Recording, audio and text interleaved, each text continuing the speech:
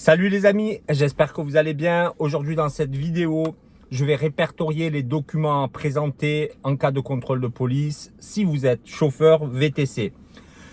Comme vous le savez, j'en ai parlé dans la dernière vidéo, en ce moment il y a des manifestations de taxi et suite à certaines de leurs revendications qui concernent les chauffeurs VTC, l'État a acté un renforcement des contrôles sur les chauffeurs VTC, notamment la vérification de tous leurs documents, en gros de savoir s'ils sont en règle ou pas. Donc plus que jamais, il va falloir être à 1000% en règle les amis et présenter les documents quand à un moment donné, vous risquez de vous faire arrêter. Il y a plein de contrôles, ils sont renforcés en ce moment, il y en aura tout l'été, c'est comme ça. Donc vous le savez, vous êtes prévenus. Donc c'est l'occasion idéale de faire un point rapide, complet sur les documents qu'il faut avoir avec soi dans la voiture. Avant toute chose, moi, ce que je voulais dire, c'est que sûrement il y a des chauffeurs qui vont regarder cette vidéo dans quelques semaines, dans quelques mois ou dans quelques, même des fois des années après. Il faudra bien sûr à ce moment-là faire une mise à jour de cette vidéo, car vous savez que la législation, aujourd'hui peut-être c'est tel et tel document, et dans même peut-être demain, ça sera d'autres documents. Donc il faudra faire une mise à jour. Et deuxième chose super importante, les gars, moi, j'ai utilisé mes connaissances personnelles et aussi je me suis appuyé sur celles de mes collègues VTC qui ont participé, qui m'ont aidé donc à énumérer tous les documents qu'il fallait. Mais je compte aussi sur vous, c'est un travail d'équipe les gars.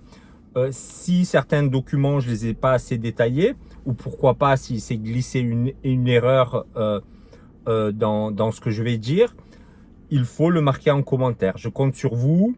Et du coup, les collègues qui vont nous regarder pourront s'appuyer sur cette vidéo que s'ils ont fait une mise à jour et qu'ils ont lu les commentaires, les gars. Super important, d'accord?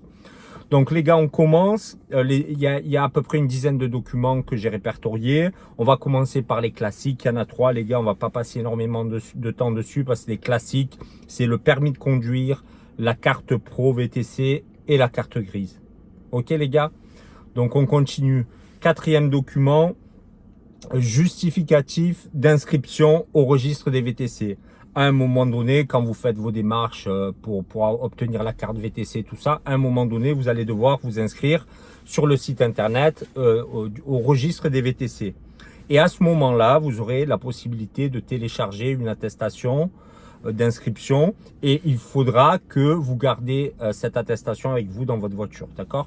Et d'ailleurs les gars, moi le conseil que je peux vous donner, c'est que tous ces documents vous les regroupez ou dans une pochette plastifiée ou dans un classeur. Pourquoi?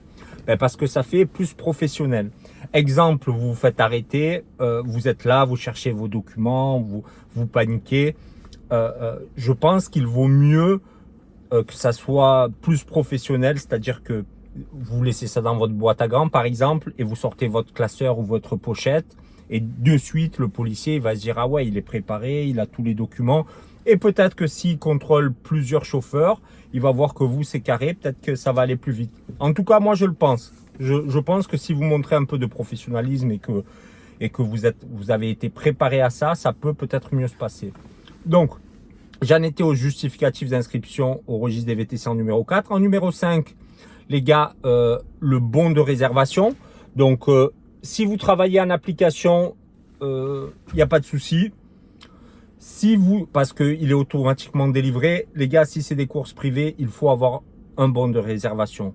Jetez un coup d'œil, vous allez trouver sur Internet tout ce qu'il faut, c'est-à-dire les adresses de prise en charge, les adresses de dépose, l'heure, vos coordonnées d'entreprise VTC, tout ça. Je vous laisse faire les recherches, mais il vous faut absolument impératif un bon de réservation. Ok les gars? Donc ensuite, le 6e document, l'assurance du véhicule. Quand vous êtes chauffeur VTC, il y a l'assurance RC Pro, par exemple, qui couvre si malencontreusement vous abîmez un bagage d'un client, donc vous êtes couvert par une RC Pro. Et il y a aussi l'assurance transport de personnes. Et il faudra avoir les 2 papiers. D'accord les gars? Le 7e document, contrôle technique qui est annuel pour les VTC. Et attention, sur le contrôle technique, il faut bien qu'il soit stipulé que ça soit pour mention VTC, quoi. D'accord? VTC ou taxi, mais en l'occurrence, nous on est des VTC. Mais s'il n'y a pas la mention qui apparaît sur le contrôle technique, vous pouvez avoir des problèmes. Et c'est annuel, hein. En 8e document, l'attestation de formation continue, c'est quoi? C'est notre carte, elle est valide de VTC pendant 5 ans. Et au bout de la 4e année, on peut commencer à penser au problème de prolonger notre carte VTC. Et à ce moment-là, on doit faire une formation de quelques heures pour pouvoir prolonger notre carte VTC. Mais, parce qu'on pourrait se dire, ouais, mais finalement, si on me prolonge ma carte, ben, la police a la preuve que j'ai fait la formation. Mais non, c'est pas comme ça. Malheureusement, il va falloir non seulement présenter une carte avec une date mise à jour, mais en plus que vous gardiez avec vous l'attestation de formation continue dans votre classeur. D'accord les gars?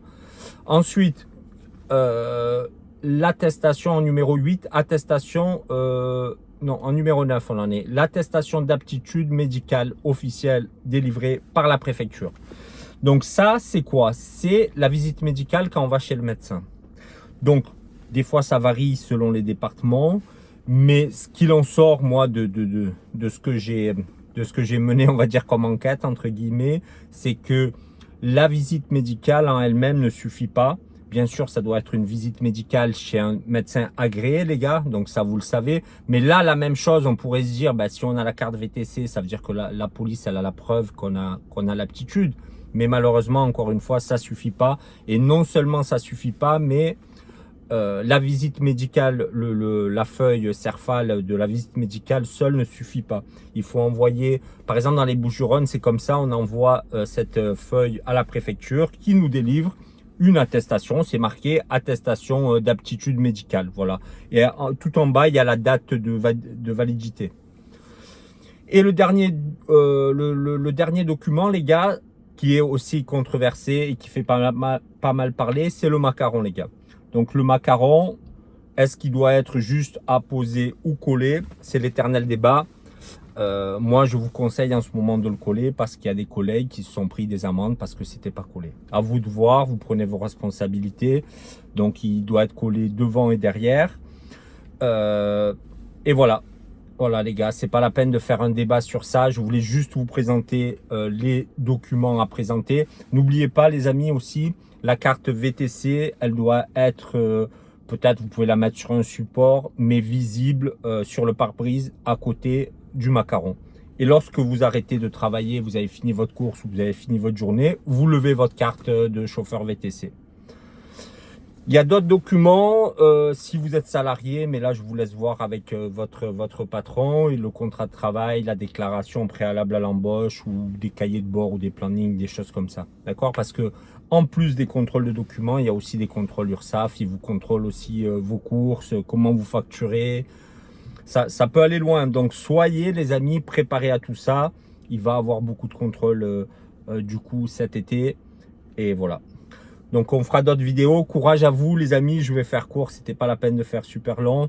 Et n'hésitez pas à liker la vidéo les amis, abonnez-vous et je vous dis à bientôt.